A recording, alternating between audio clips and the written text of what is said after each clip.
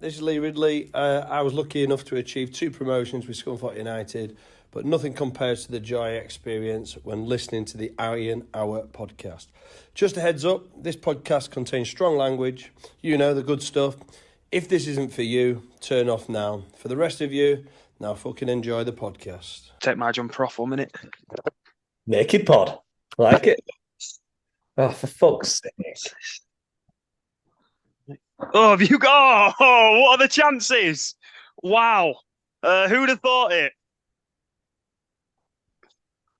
Can't hear you there, Marco. You've gone a bit quiet. It's Melissa, tell me now. Listeners, welcome to another edition of the Iron Hour podcast. You can see we are recording remotely again. It's Barry here, joined by Max and Marco. We've got no Gareth today. He's busy back at work. He's living the real life again. So we've got a few things to discuss. For those asking, we will get back to recording at our usual venue, our sponsors, the Black Door. It's just been a little bit crazy. It's been a little bit manic this week. We've all had a lot on, so hope you forgive us for now. If you are watching this rather than listening, you're probably thinking, why on earth have Barrett and Max got matching shirts? Well, we just kind of wanted to bring attention to the recent international game between England and Italy. We were both there, weren't we, Max? Yeah, absolutely. There was me, you, Gareth, and then because Marco, at least for that 90 minutes, was the enemy. I'm sure a few people have seen on social media how we subbed in Harry Parker instead. What was the score? What was the score, Max? I think it was. Did Italy win? I can't remember. No, I don't think so. I seem to remember Harry Kane running riot. Let me just 3-1. That was it. 3-1 to England. Marco, you're very quiet. Yeah. When you would struggle with a score, I thought when you said Italy won, if you was on about the Euro final or if you was on about this glorified friendly the other night. I'm not sure which one you was on about. Glorified friendly, that's an interesting term for a qualification to a major tournament. Yeah. And interestingly, a major tournament I don't think you will be at. No tournaments, just vibes. Just vibes. Pure vibes, mate. We all had an accumulator on Italy not to qualify, so we're all cashed in. Very good. I like that. Right, well, I think we'll giving you tips on it. If we can get on to our what we're here for, really, Scunthorpe United rather than England, shall we say. We've got one game to review and then a few to look ahead to. Obviously, big game. The big game against Brackley. Bumper crowd at Glanford Park in attendance. I was still out of the country, so I couldn't go. But, of course, we had the Unity March before the game. Max, I just wonder if you can talk me through the kind of atmosphere before the game at the Unity March and then lead on to kind of the atmosphere during the game. Yeah, it was a real air of, certainly at the march itself, mix of celebration and relief, I would say. It set off probably 20 minutes early. So I know some people had walked down from the Honest Lawyer town down to Almaraz at Berkeley Circle. And then I can remember sort of seeing the organiser and they thought, well, crikey, there's quite a lot of people here already. We don't want to hold up traffic, Let's just go now. Go on, sorry, Andy. Yeah, so obviously we were helping, we were involved in the chats regarding the organisation, and I was kind of keeping an eye, trying to give my opinion as much as I could. And it seemed like I think the police had encouraged us to go early, for whatever reason. I could definitely understand that, and as I say, it was quite a long one. So even though arrive at 1:30 March for 2, people were still able to arrive at 1:45 and join the back of it. It was, there was a real air of celebration. I think the thing I liked most was that it wasn't just young lads. That I saw some families who had like 3 generations there. There was plenty of women and children as well, because I think people can get an idea of who football fans are, in inverted commas. And very often that's just not the case. There was less than no trouble. Even the cars going past were, tipping and beeping in support. As I say, one of the one of the really key people who brought us all to the table. Tom Snowden, I remember giving him a hug on the march. His voice, God bless him. And then, yeah, when we got to the game, there was sort of a bit of an hour where people could decompress, have a couple of pints in the Iron Bar before the big game. And well, we all know what happened there. Yeah, Marco, I mean, probably not a vintage Iron performance, but a moment of class in the end was the difference. Yeah, I mean, that's one advantage of a lot of teams in this league that we have is we do have that little bit of quality. Especially, I think that pretty much sums up Butterfield as a player.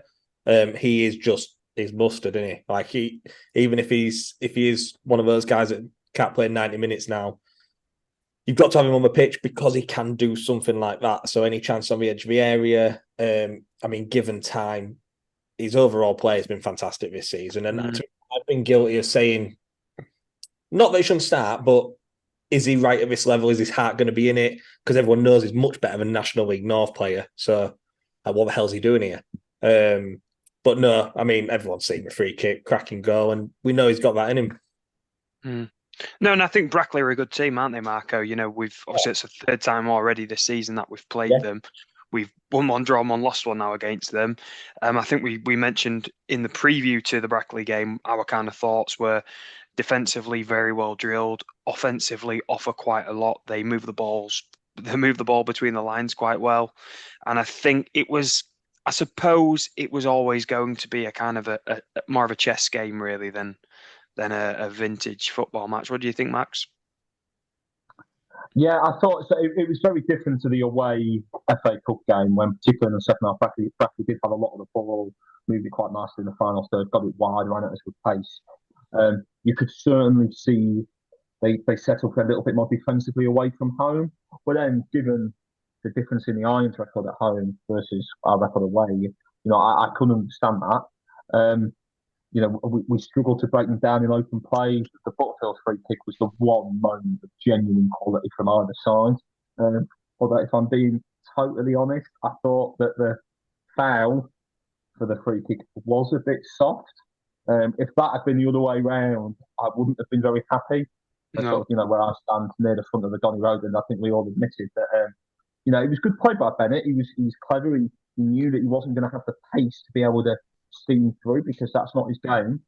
And, often we're used to the Iron giving away cheap free kicks where the striker asks the question and the referee goes with it. And I'm just glad that we were able to take advantage of it. Well, Marco, that's the thing that stands out for me for the Iron this season, with the addition of Bennett, but I was going to say Whitehall predominantly, really does have that ability to win us free kicks in these dangerous areas, really does have the ability to kind of cause a level of carnage that results in a break in play or whatever it is that kind of gets us on top. Yeah, I feel like Whitehall's he's very gamely. He's seen it all and he's done it before. I mean, with his water bottle trick and gamesmanship, he's very wise and he can win little free kicks. He knows what the refs are looking for. He knows how to play on defenders. I mean, if I was a centre-half, he's your worst nightmare because he just doesn't give up. And obviously, add that in with his physical presence as well, which we all know he's got. Yeah, it's something we've been missing for a long time because I think we've been too nice. We've been too nicey nice. We haven't had, I know it gets brought up a lot with your Bishops and your Dawsons. We haven't had that person to give the ref, sort of be in the ref's ear and give him something to think about. And I feel like Whitehall does exactly that. He's a referee and a centre-half's worst nightmare. No, absolutely. Right, I think that's kind of draws a line then under the review of the Brackley game. The big news this week coming out of the club was the statement, which kind of landed on Wednesday. I thought I'd just take this moment to read out the statement. It's a fairly short one. So the statement reads, Scunthorpe United can confirm that the Irons' next two home games against Spenny Moor Town and Bishop Stortford will go ahead as planned at Glanford Park. With negotiations over the purchase of the ground still progressing, former owner of the club, Peter Swan, has granted an extension on our tenancy at the stadium to cover the upcoming back-to-back encounters in a goodwill gesture. We will look to conclude the acquisition of the asset in the coming weeks. United welcome the Moors to Glanford Park on Tuesday before the Blues are in town 4 days later on Saturday, October 28th. And then there's just some ticket details there. The statement concludes with, again, we would like to thank Peter for his cooperation in negotiations so far and for allowing us to proceed with our next 2 home league games. So the upshot there is, in the short term, we've got Glanford Park for at least 2 more matches, which, if you'd have said that 3 years ago, 4 years ago, sounds diabolical that you're even. But for us, it's a good result at this moment in time, isn't it, Max? Yeah, I think the breathing space is definitely welcome. Obviously, the news has gone a little bit quiet on that front the week prior, but we're in a situation there where obviously the takeover has happened, but the ground is the big question. It's breathing space, but sort of way with off-field matters. We don't want it to be another false dawn. You just have to hope that in 10 days, 2 weeks time, when those 2 days have come and gone, that it's been used to our advantage. And I don't think we're in a situation where we know that for sure yet. It seems to be moving in the right direction, but as ever, I think until it's signed on the dotted line, you've got the club statement, everything's there in black and white, then Iron fans won't take anything for granted. No, I think Marco, the take home message for me, the standout was this comment here. We look to conclude the acquisition of the asset in the coming weeks. Marco, that kind of, heavily hints at the fact that a deal is very close to being done for the permanent purchase of Glanford Park.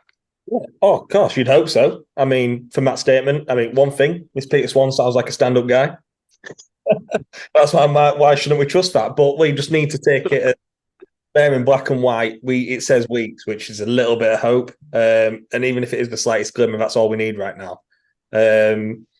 Like you said years ago, if you'd have said, look, we've got 2-3 games left at Glanford Park and we're celebrating it, it's mental. It's absolutely mental. But we know firsthand. We went to the club the other week and we saw how hard they are working behind the scenes to get this through. And we feel like we've got really good people in charge of the club at the minute. Definitely. Let's just touch wood and just hope we can get it over the line so we can stop worrying about the off-field issues and worry about Chester. Well, yeah, you'd lead us nicely on there to our next segment, which kind of looks ahead to the next 2 games. So recording this on Friday, the next fixture is due to be Chester tomorrow. Chester currently sit 16th in the league. So it's 4th versus 16th. We sold out our allocation within hours. But I think the weather potentially could be a factor. We have another statement from the club which has just broke in the last kind of 20 minutes, which reads, a precautionary pitch inspection will take place at 9 a.m. on Saturday morning ahead of our scheduled Vanarama National League match with Chester. The playing surface is in good condition and playable at present. And with drier conditions forecast for tomorrow, the club is optimistic that the game will go ahead as planned. Given the persistent rainfall today and in agreement with the match referee and our opponents, the inspection has been arranged prior to the departure of the Scunthorpe United team as a precaution. Further updates will be communicated in due course. Seems fairly sensible, that, Max? Yeah, certainly from a fan's perspective, I think I'm getting on the bus at 10:15 in the morning, so you would hope that if it takes them half an hour to properly go down and inspect the pitch and, the outside areas, that any decision could be communicated prior to people setting off. I think it's a little bit up in the air, the chat from Chester fans on social media. And the one Scunthorpe fan I know who lives in Chester, shout out to Evan, they're not feeling that optimistic. The forecast for the rest of today in the northwest, today being Friday, is not good. But the forecast for tomorrow is actually okay. It's a case of how good is the drainage at the Diva Stadium there? How much rain do we get in the next 12, 16 hours? And until the referee rocks up at Chester at 9 o'clock in the morning, we're not really going to know. So I hope it goes. I really do hope it goes ahead. I think a number of Iron fans, particularly after the good news off the pitch in the last week, have been been looking forward to this game. It's going to be another sold out away end. But if the pitch isn't playable, the pitch isn't playable. We'll just have to wait and see what the referee says. Marco, assuming the game goes ahead then as planned, what's your opinion? What's your views going into the game? I think it'll be a tough game. Last few weeks, when you've asked my score prediction, I've said 3-0, 4-0, Scunny. It just hasn't happened. But I actually am quite sceptical about this one. Obviously, we've got Whitehouse, who we know quite well. Skeptical? Skeptical, yeah. But yeah, no, I'm very surprised. Obviously, before this podcast, I looked where they have a league. I'm very surprised with 16th. At the start of the season, I thought they'd maybe be looking at the playoffs, challenging top half of the table for sure. So yeah, tomorrow I'm not that sure, but like you said, they're very well backed. I remember when we had Danny Elliott on the podcast, obviously him being at Chelsea, he said they had lots of fans, were really well supported. So hopefully it'll be a great atmosphere for everyone. Touch wood, it goes ahead. But yeah, I hope we win. I'm not too confident tomorrow. I don't know why. Okay, Marco. I think the positive news related to team news coming into this game is we seem to have quite a few players returning, and also, the players might be buoyed by the return of Jimmy Dean in the week. Yeah, 100%. I mean, we all saw the clip that Scunthorpe put on. I think it's really clear the players buy into Jimmy. Jimmy knows he's got the fans behind him at the minute. I mean, a massive one for me, which I think has gone under a radar regarding injury, is obviously Kurgun at the back. I think he's been absolutely fantastic when he's played, to the point where he's sort of one of them you notice when he's not playing. Yes. But when he's playing, he doesn't really get the recognition he deserves. I feel like we've looked more solid with him and Evans at the back. Obviously, a few weeks ago we had to have Andy Butler on the bench, which is good that we've got that option. I can't slag him off because I know you love him, but it is good. It's really good to know we've got that backup if needed. But yeah, I'm looking forward to getting a steady, stable defence back together. And Max, what are your views going into the game? Are you as sceptical or a little bit more optimistic, maybe? I'm perhaps a little bit more optimistic in terms of the noise coming out of the club for potential players coming back from injury, even if it's just onto the bench is good. I mean, Chester, Marco is right. They were plenty of people's picks to be up and around there this season at the top end of the table. They finished in the playoffs last season, which is actually why, obviously, Scunthorpe have only been given 450 tickets, which I think for any other club in the National League would have probably, National League North rather, would have probably been fine. But unfortunately for us, we're in a situation where we could have probably taken double that, given the news in the last week. But in terms of average attendances, I think so far this season, Chester have been second to ourselves. Yeah. So it really is a shame because due to trouble they had in the playoffs last season, they've had restricted capacity from the local police and the council and the safety advisory group. It really could have been, a huge sellout, great advert for the sixth tier of English football. Obviously, Chester are very, very well known ex-league club. When Scunthorpe got promoted at Chester in 1983, it's one of my dad's favourite ever memories from supporting the Iron. I'm sure it is other people's too. I fancy us for a 1-0 win. I don't think it'll be pretty, but if it goes ahead, I fancy us actually tomorrow. Yeah, I fancy us to get the 3 points tomorrow. I think it will come down to how we attack on the wings.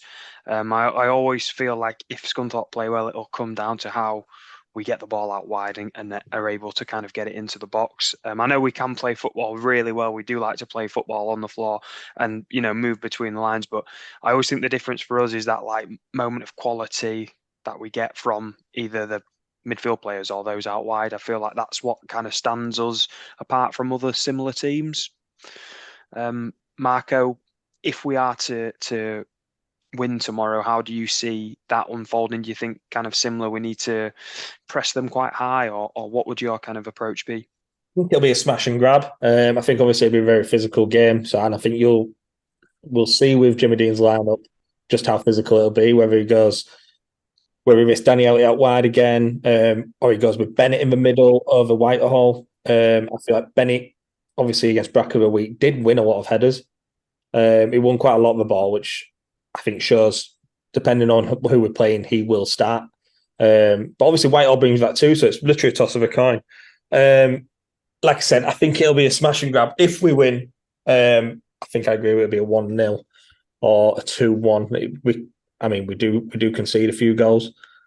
Yeah, like you said, it's that moment of quality that we've potentially got in us because of the players we've got at our disposal at the minute, which other teams don't have that luxury. But yeah, hopefully that's not what it takes, and it's a little bit more comfortable. And Max, looking ahead to the game after that, Spenny Moor at home. On current league positions, that would be fourth, taking on second. Spenny Moor are currently second in the league. So a real top of the table clash. Again, we're expecting quite a large crowd for a midweek game.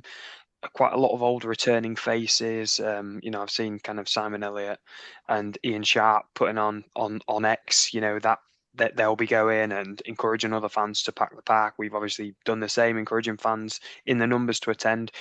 What do you think going into that game? Is it too early to tell? Do you want to get the Chester game out of the way first, or do you think the crowd might be the difference? So a little bit of both.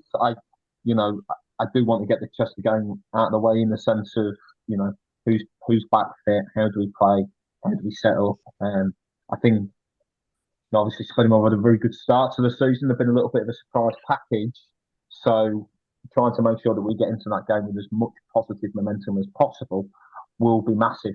Then try and hammer home the advantage that comes from the crowd.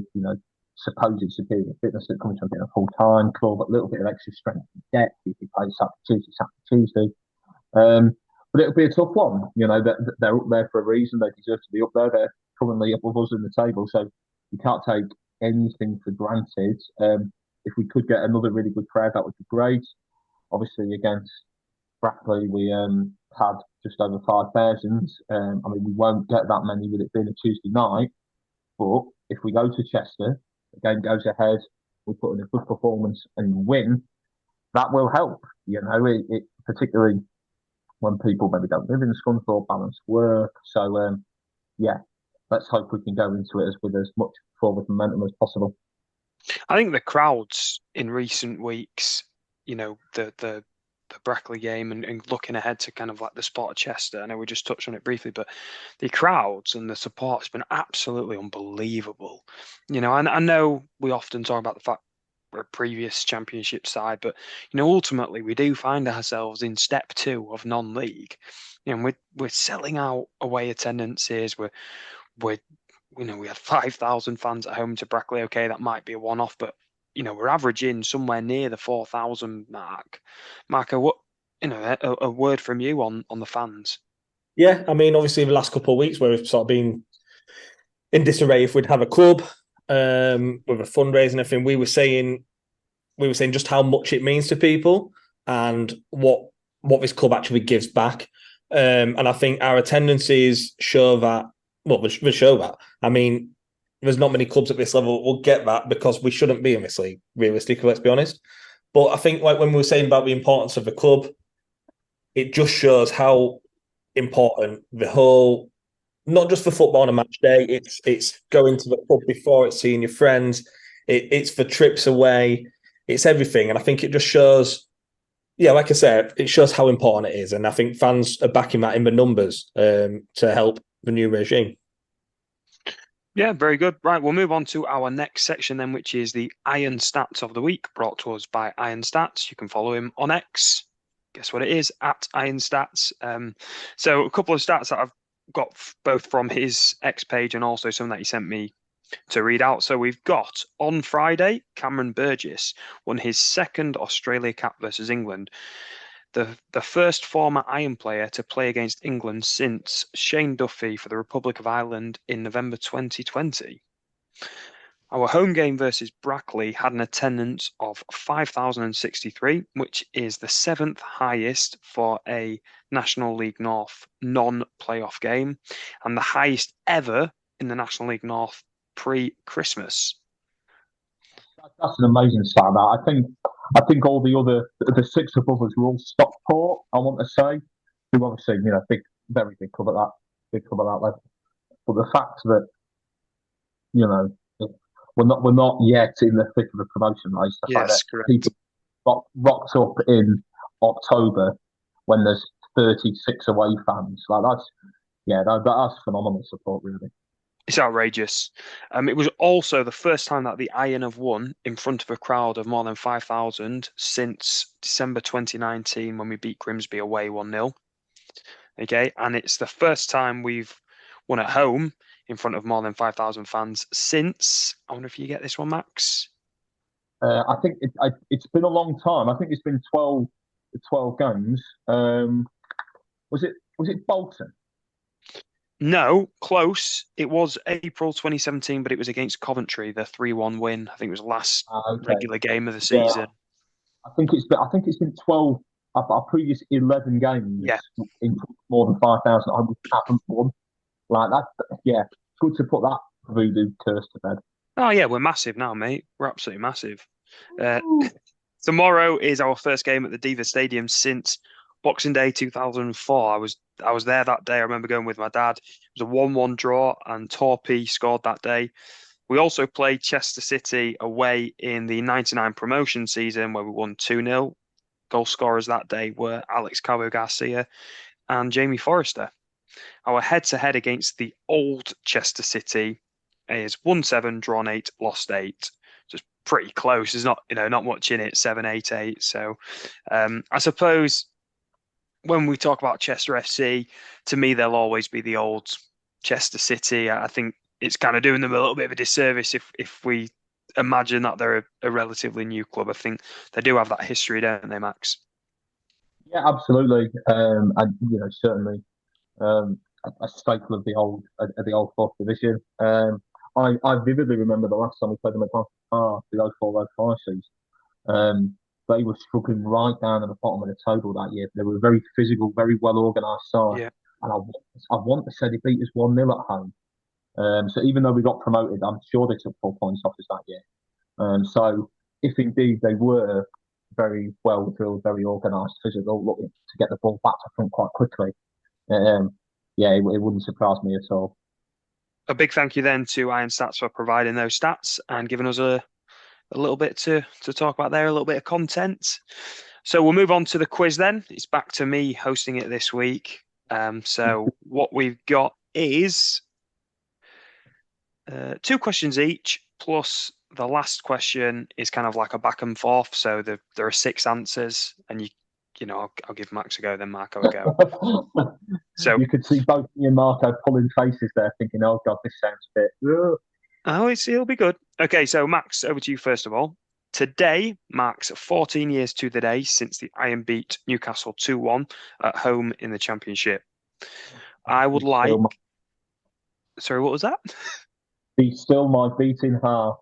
Okay, so I would like the minute of Wolford's first goal. I'll give you 3 minutes either side. Well, it was definitely in the second half. I'm going to go with 58. Okay, 58. I'm not going to tell you if that's correct yet because, Marco, your question is, I would like the minute of Martin Wolford's second goal in that game. Again, I'll give you 3 minutes either side.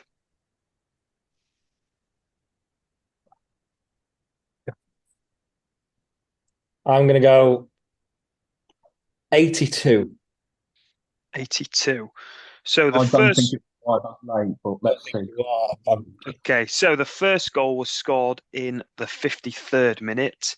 So, Max, you just miss out there on a point. I was going to go for 55, and I talked myself out of it. It's a shame because you would have got a point.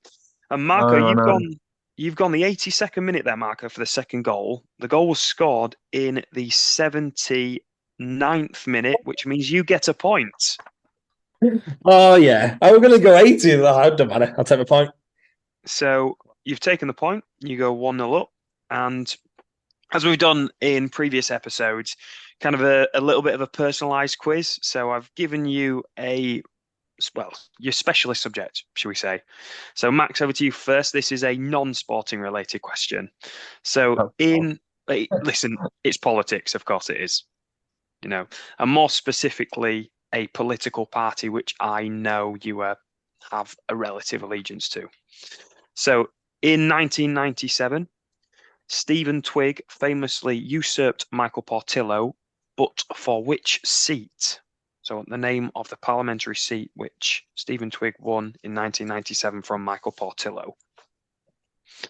And honestly, I think I've just said words there to Marco. I don't think Marco understands a single word of what's just been said. For sure, I know it. So when I inevitably don't get this correct, my political friends are going to absolutely crucify me for this. Of course they will, and so they should. What, they watch this podcast? You'd be surprised. We're popular, Marco. We're massive. Gonna have to press you, buddy. I know. I thought it was somewhere like edge of North London, Hertfordshire way on. I'll look for something like Berkhamsted. I mean, geographically, you're not far off. It was Enfield Southgate. So, unlucky.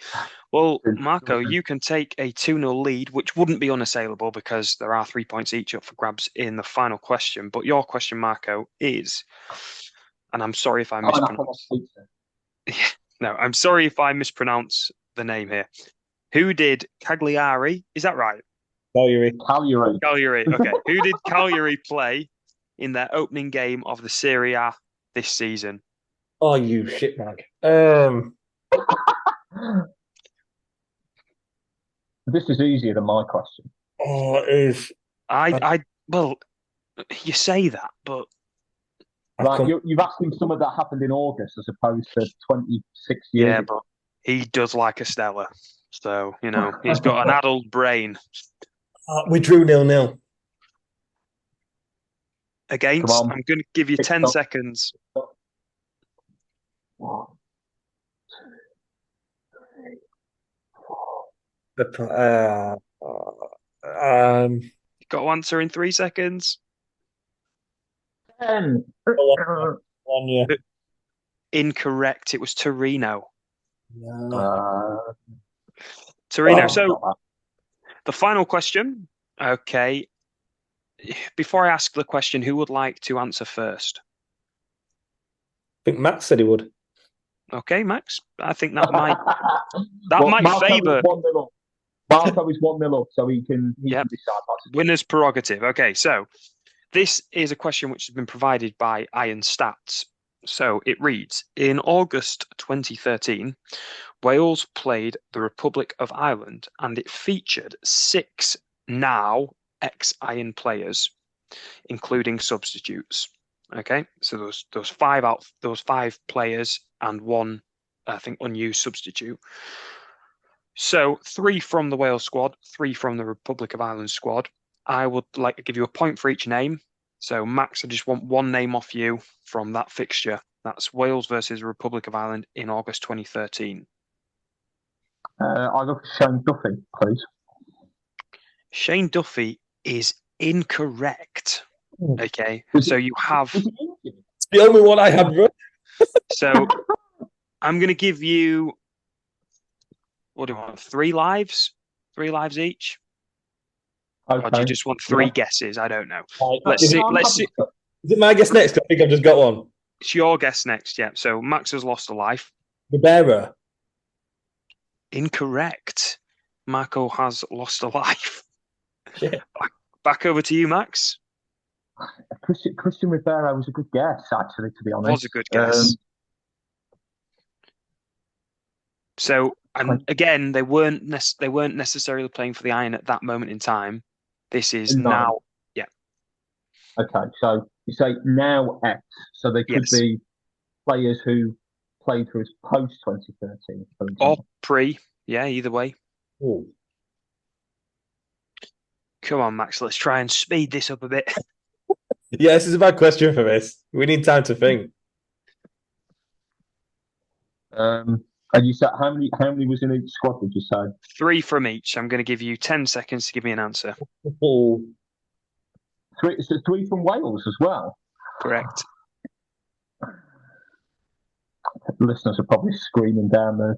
No, this is a great question, but I genuinely would love to have time to think about it and get them all. But Max, you only need one to draw level and take it to a tiebreak because I don't think Marco will get any. I don't So think I will. 5 seconds. 5, 4, 3, 2, 1. You've lost a life. So I don't think you've got anything more in the tank, have you, Max? Marco, do you want to take a... Well, it's already an unassailable lead. Do you want to put him out of his misery? Do you know any of the names? I'm just going to...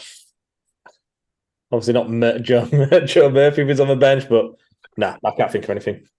No, incorrect. Right, I'll go through the list of players then. So, That was a good question, Ra. it's a great question. Yeah. It's not Iron Stats' fault that you two are idiots, you know. No, but it's not a good question for a podcast. It's dead silence and me and Matt's going, So I'm surprised to took in with Barrow, but so Marco has won 1-0. I'm going to give you the answers. Yeah, do you want Wales first? Well, I was going to say, if you want, I'm happy for Marco to have won. Well done. that is revenge for Tuesday. But perhaps, I mean, fair. I don't know. Could you give us like clues as to positions, maybe? Yeah, sure. Okay, so one is one of the most famous iron strikers of all time. Like Mike Patterson? Andy Keogh. Andy Keogh, correct. I can't believe I didn't get that. Has Patterson played for Ireland? Northern Ireland.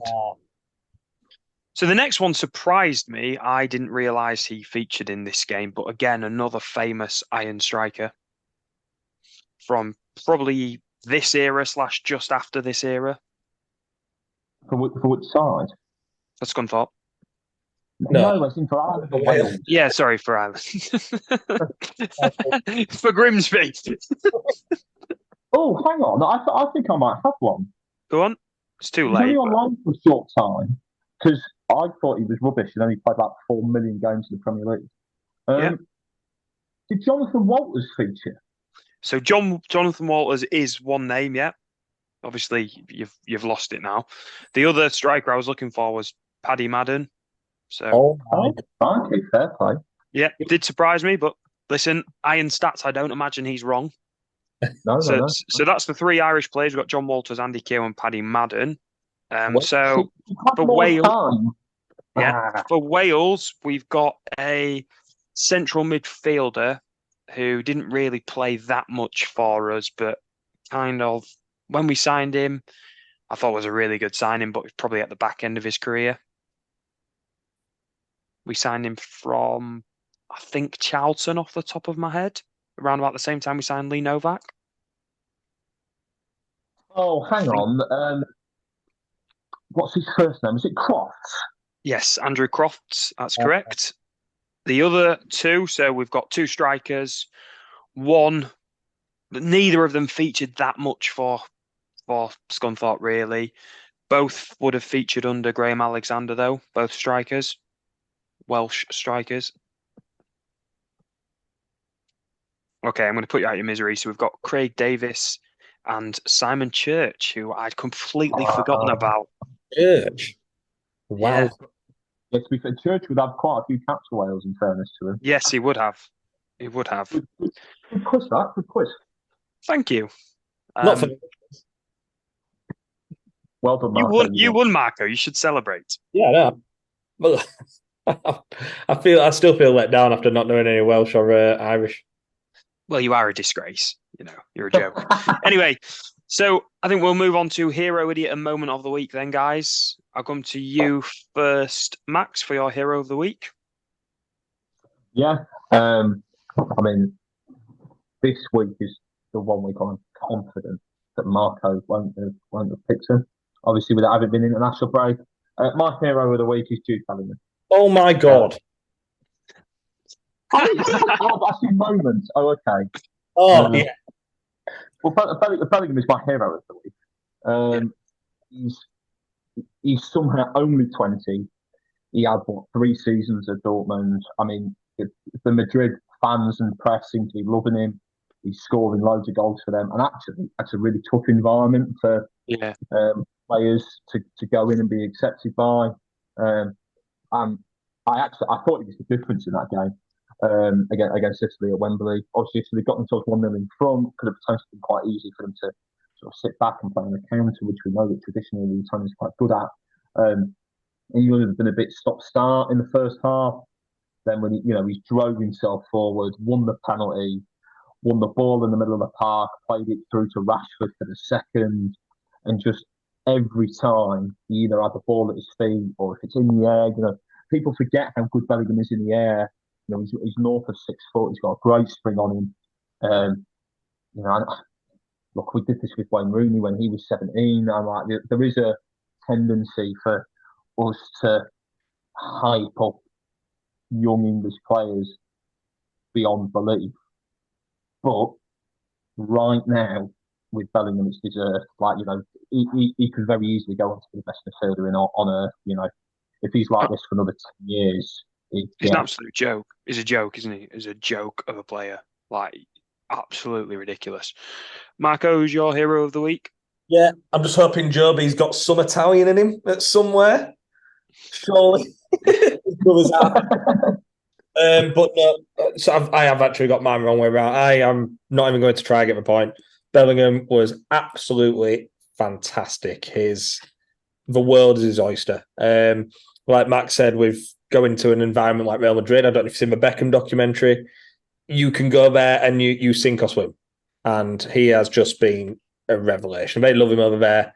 And I had no qualms with Tuesday night because I just think him and Kane with just the differences. Harry Kane was ridiculous, by the way, on Tuesday. I don't think people realise how good he is. He is an absolute disgrace in a good way. He's obviously he's running through. The thing is, right? People think he's a really slow player, which he is. But to say he's so, in inverted commas, slow, he runs quite quickly and doesn't get shirked off the ball and was outrunning the Italian defenders. Not only that, but he's pinging balls across the pitch like he's a CDM. Honestly, he's an absolute. And just on the pace point as well, you see it with centre halves when the situations are flipped. The first 2 yards in your head, and in terms of his anticipation, Kane is as good as I've ever seen. He gets himself always in the right position, and then again he's not over a standard 10-yard sprint. He's not the quickest player in the world. No. But he gives himself the best possible chance, and then when the defender's trying to physically compete with him, he's so strong. Like that one for the third goal where he's able to win the ball just in front of the defender because he's half a second quicker to it, and then he holds it off. If I'm an Italian fan, I'm looking at that going, that's not great defending. I mean, what's so annoying is the old guard, Kane's in Moor's head. He isn't getting the opportunity to take that touch. And this is where Italy are at the minute, is we have this young crop of players who were at the worst. I was actually quite impressed. That's probably the best we've played all qualifiers. I was actually really impressed. We could have got another goal when we were 1-0 up. But this defence, the whole team has so much to learn about Italian defending, because that on Tuesday was not it. Yeah.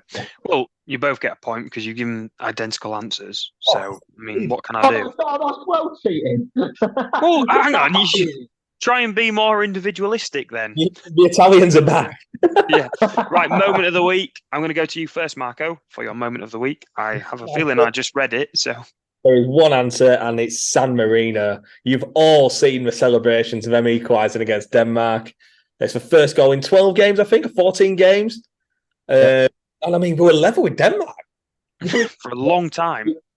With half an hour to go, Denmark are not crap. No, not all. Everyone, football purist, you've got to want San Marino to do well. It's it's an underdog story, isn't it? But San Marino scoring the first goal in so long, fantastic. Max, here moment of the week. Yeah, that is a very good moment of the week. Mine is similar, but with a different sport. Obviously, before the England game, we watched a bit of this Barra. I don't think it's a secret. I do also quite like watching cricket. And the Netherlands beating South Africa in the Cricket World Cup was just fantastic. I think they were 100 to 1 before the game with some bookmakers to beat them, and in the end they ended up sort of sauntering to victory. It's not a big sport over there, but I've watched England play cricket in the Netherlands, and I think back to some of the Dutch people that we got chatting with who must have been buzzing their absolute tits off at that. Like it's the greatest performance in Dutch cricket history by a million miles. It's always good to see the South Africans knock down a peg because I suspect they're about to win the Rugby World Cup. Yeah, similar to San Marino, just with cricket. I was so pleased for them when they won that. Two really strong answers there. I'm going to give it Marco because the celebrations when San Marino scored were something to behold. And whilst we're on the topic of the international game and the rest, can we just give a shout out to Ryan, Matty, Becky and Evans, who were also at the England game, but were kind of like 2 blocks over from us. I just want to give them a shout out, say good on them for supporting England as well. I think Becky and Jack have both watched England away at Malta with you, Max, did they? Yeah. I know there's going to be plenty of Scunny fans trying to get tickets to watch England at the Euros. Now we've officially qualified. Thank you, Italy. It's very different to watching Scunny, but it's like different in a good way, I think. I'm just going to say this quietly because Kat is actually in the kitchen at the minute, but I do have obviously flights and hotel booked for Germany for the Euros already with a lot of those friends. So luckily, the door is. It's been mentioned, but she was pissed when I mentioned it. So whether she's retained that information, like all good men, I am a coward. So, idiot of the week, is it me? Idiot of the week, Max. Who's your idiot of the week? It's me. I'm sorry, Andy, but that is an excellent segue. I mean, look, we like to joke. No, seriously, my idiot of the week is not Andy, as much as I like to say. It's given the statement that we got from the press. I've gone for storm Babbitt, which is the current weather phenomenon that's causing it to have howling winds and absolutely chucking it down. I mean, I'll be honest. I'm hoping and praying that the game tomorrow isn't really called off. I've been looking forward to it for a long time. I'm taking my little 14-year-old half brother Paddy on the bus. Max and Paddy. Yeah, indeed. On the road to nowhere. Isn't your dad an absolute comedian? He thinks he's hilarious. I do actually have the Pakistan cricket t-shirt that Peter Kay wore in that as well. Amazing. And actually, but it makes me think of when we were on the march, seeing like 3 generations of the same families doing it and stuff like that.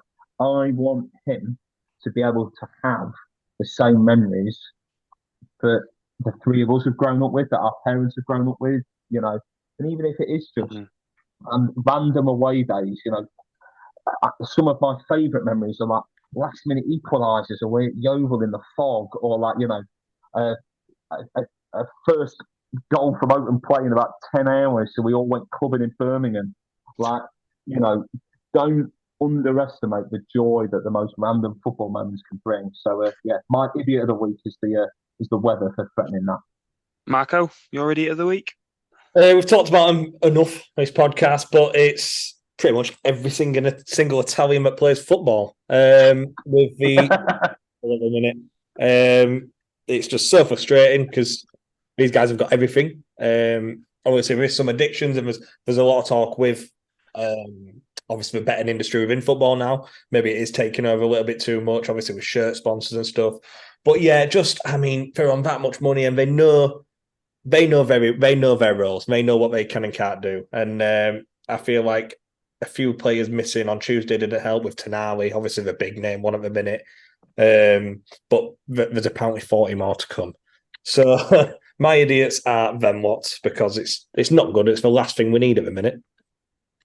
That's a fair answer. I'm going to give them the points to Max because he made a very compelling argument there, which I didn't stick with for all of it. I kind of nodded off at times, but I think it was compelling enough to give you the points.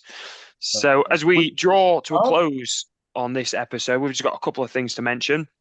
as I say, we are recording this on Friday. We have a massive game coming up on Sunday, a 2:30 kickoff at Classic Pitch, and the Iron Hour Podcast 11. This is a team made up of the 4 guys on the Podders 4 and all regular listeners and contributors, taking on Curtin Lindsay over 30s. Now, side note. Anybody's not watching the video, Marco's doing like the old, welcome to hell boat splitting there. Yes. The big grudge match.